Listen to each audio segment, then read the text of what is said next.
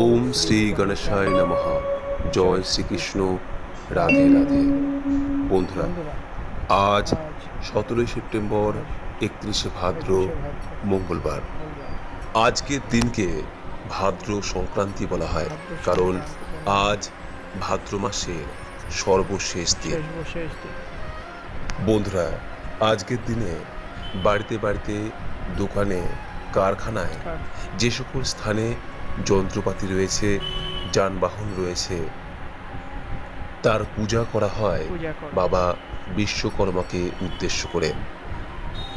আজকের দিনে অনেকেই হয়তো পালন করছেন অরন্ধন, ভাদু পূজা এবং শ্রী শ্রী মনসা দেবী ও অষ্টনাগের পূজা।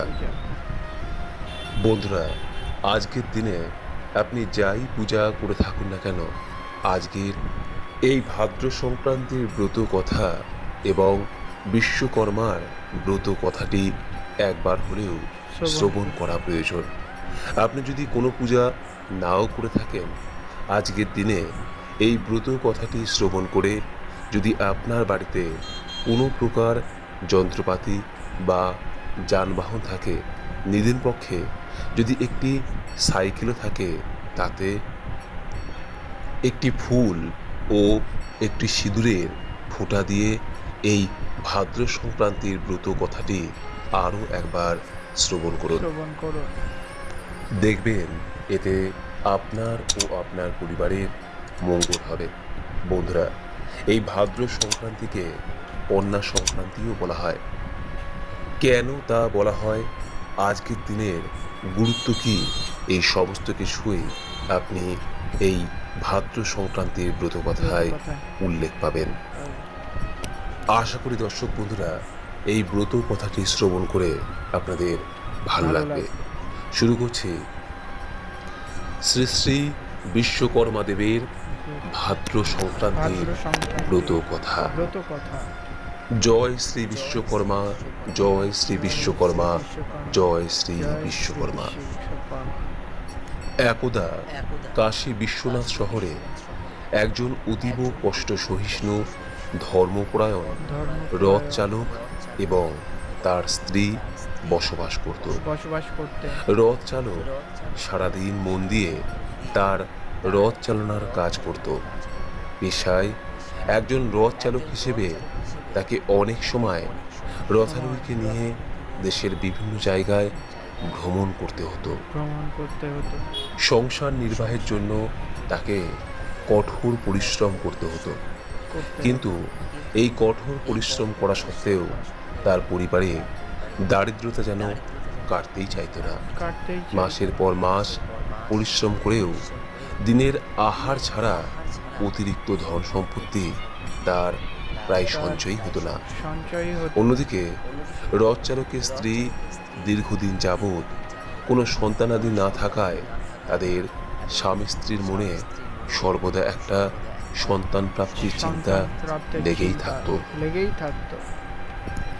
সন্তান প্রাপ্তির আশাতে রথ চালক দম্পতি বিভিন্ন সাধু সন্ন্যাসীর কাছে গিয়ে মনের বেদনার কথা ব্যক্ত করত, কিন্তু সেসব করে তাদের মনে শুধু নিরাশার প্রাপ্তি ছাড়া আশানুরূপ কোনো ফলই হতো না। তখন রথ চালককে এক মহর্ষি পরামর্শ দিলেন। তাদের দুজনকে অমাবস্যা পালনের মধ্য দিয়ে শ্রী শ্রী বিশ্বকর্মার ব্রত কথা শ্রবণ করে বাবা বিশ্বকর্মার পুজো করার জন্য বললেন। মহর্ষি বললেন, এর মাধ্যমে সন্তান প্রাপ্তির সঙ্গে সঙ্গে আর্থিক সমস্যাও দূরীভূত হবে। বাবা বিশ্বকর্মার কৃপায় রথচালক সেই দক্ষতা অর্জন করতে সক্ষম হবে, যার মাধ্যমে কাঙ্ক্ষিত ধনার্জন করতে পারবে রথচালক। মহর্ষির কথা মতো রথচালক এবং তার জায়া অর্থাৎ পত্নী দুজনাই মিলিতভাবে খুব ধুমধাম সহকারে ভাদ্র সংক্রান্তির দিন বাবা বিশ্বকর্মার পূজা করলেন। অল্প দিনের মধ্যেই তাদের সংসারের সমস্ত দারিদ্রতা দূর হলো। রথচালক রথ চালনার সঙ্গে সঙ্গে নিজের একটি কারখানাও খুললেন এবং তাদের একটি সুন্দর ফুটফুটে পুত্র সন্তানের প্রাপ্তি হলো। এরপর থেকে যন্ত্র যানবাহন পেশার সঙ্গে যুক্ত মানুষেরা তাদের ব্যবসা এবং কর্মস্থলে শ্রী শ্রী বিশ্বকর্মা দেবের কৃপা প্রাপ্তির আশাতে নিয়মিত প্রত্যেক বছর বিশ্বকর্মার পূজার আয়োজন করতে শুরু করলো। এইভাবে বিশ্বকর্মার পূজার প্রচলন হলো। প্রত্যেক বছর ভাদ্র সংক্রান্তির দিন বাবা বিশ্বকর্মার পূজা সম্পন্ন করা হয়, কারণ এই দিনই সৃষ্টিকর্তা ব্রহ্মার পুত্র দেব শিল্পী এই বিশ্বের কারিগর শ্রী শ্রী বিশ্বকর্মা দেবের আবির্ভাব ঘটে। ব্রহ্মার নাভিমূল থেকে তার জন্ম হয় বলে তিনি ব্রহ্মার সন্তান। জগৎ সৃষ্টির পর ব্রহ্মা এই সৃষ্টির সমস্ত কিছুর স্থাপনা এবং নকশা তৈরির দায়িত্ব তুলে দেন বিশ্বকর্মা দেবের ওপর। তাই বিশ্বকর্মা দেবকে এই বিশ্বের স্রষ্টা হিসেবেও গণ্য করা হয়।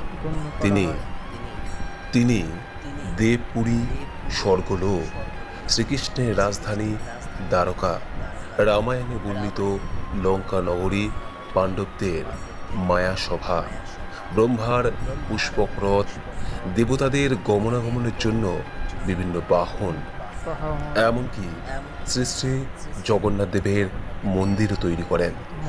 দেবতারা যে সকল অস্ত্রশস্ত্রে সজ্জিত, প্রায় সকল অস্ত্রশস্ত্রই তিনিই নির্মাণ করেন।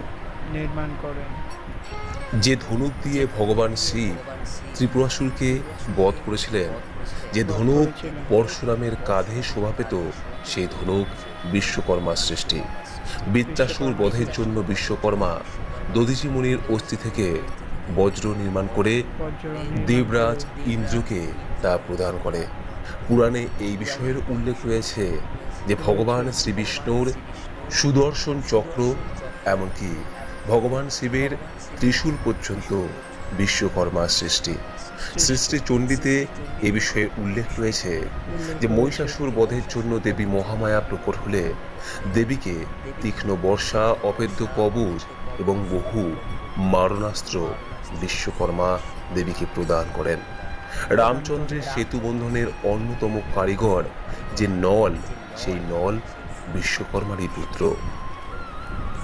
ব্রহ্মবৈবর্ত পুরাণ অনুসারে প্রজাপতি ব্রহ্মার শাপে দেবশিল্পী বিশ্বকর্মার মানব জন্মেরও উল্লেখ পাওয়া যায়। ব্রহ্মা ক্রোধের বশে বিশ্বকর্মা এবং তার স্ত্রী স্বর্গের নর্তকী ঘৃতাচিকে অভিশাপ দেন যে মানব রূপে তাদের এই মর্তে জন্ম নিতে হবে। মানব রূপে জন্ম নেওয়ার পর তাদের 9টি সন্তান হয়, আর বিশ্বকর্মা দেবের এই 9টি সন্তান পিতার কাছ থেকে শিক্ষা গ্রহণ করে সমাজে 9টি শিল্পের জন্ম দিয়েছিল।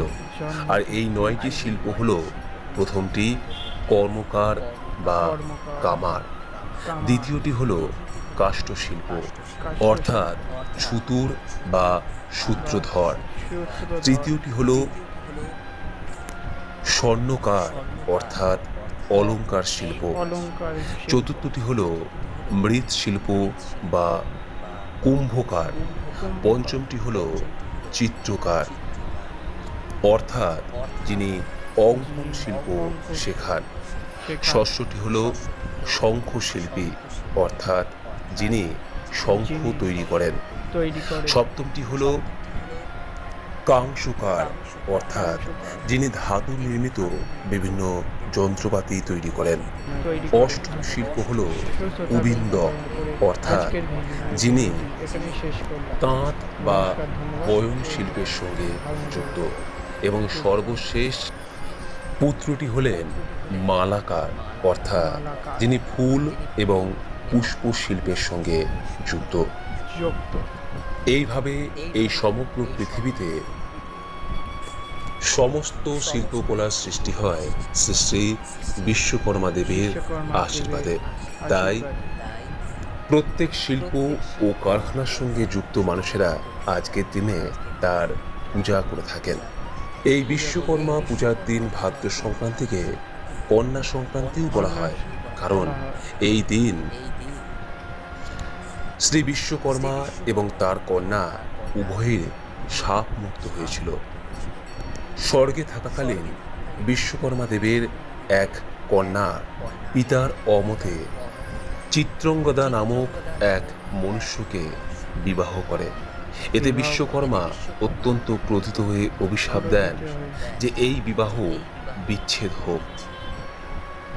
কিন্তু সনাতন ধর্মে বিবাহকে খুব পবিত্র হিসেবে গণ্য করা হয়, সেখানে বিবাহ বিচ্ছেদের স্থান নেই। তাই মহর্ষি ঋতধ্বজ ভাবলেন, দেবতা হয়ে বিশ্বকর্মার একই পশুর মতো বুদ্ধি, মুনি বিশ্বকর্মাকে বানর কুলে জন্মানোর অভিশাপ দিলেন। বিশ্বকর্মা বানর হলেন। অবশেষে এক সময় কন্যার বিবাহ মেনে নিলেন এবং এই ভাদ্র সংক্রান্তির দিনেই কন্যা ও বিশ্বকর্মা দুজনেরই শাপ মুক্ত হলো। তাই আজকের দিনকে কন্যা সংক্রান্তিও বলা হয়, যে কারণে বলা হয় আজকের দিনে কন্যা জাতির কোনো প্রকার যাতে অপমান অসম্মান না হয় সে বিষয়টি খেয়াল রাখা দরকার। আশা করি দর্শক বন্ধুরা এই ভাদ্র সংক্রান্তির বিশ্বকর্মা দেবের ব্রত কথাটি শ্রবণ করে আপনাদের ভালো লেগেছে। সকলেই ভালো থাকুন, সুস্থ থাকুন, আজকের দিনটি সুন্দরভাবে পালন করুন এই কামনা রেখে আজকের মতো ভিডিওটি এখানে শেষ করলাম। নমস্কার, ধন্যবাদ। ঈশ্বর আপনার মঙ্গল করুন। জয় শ্রী বিশ্বকর্মা।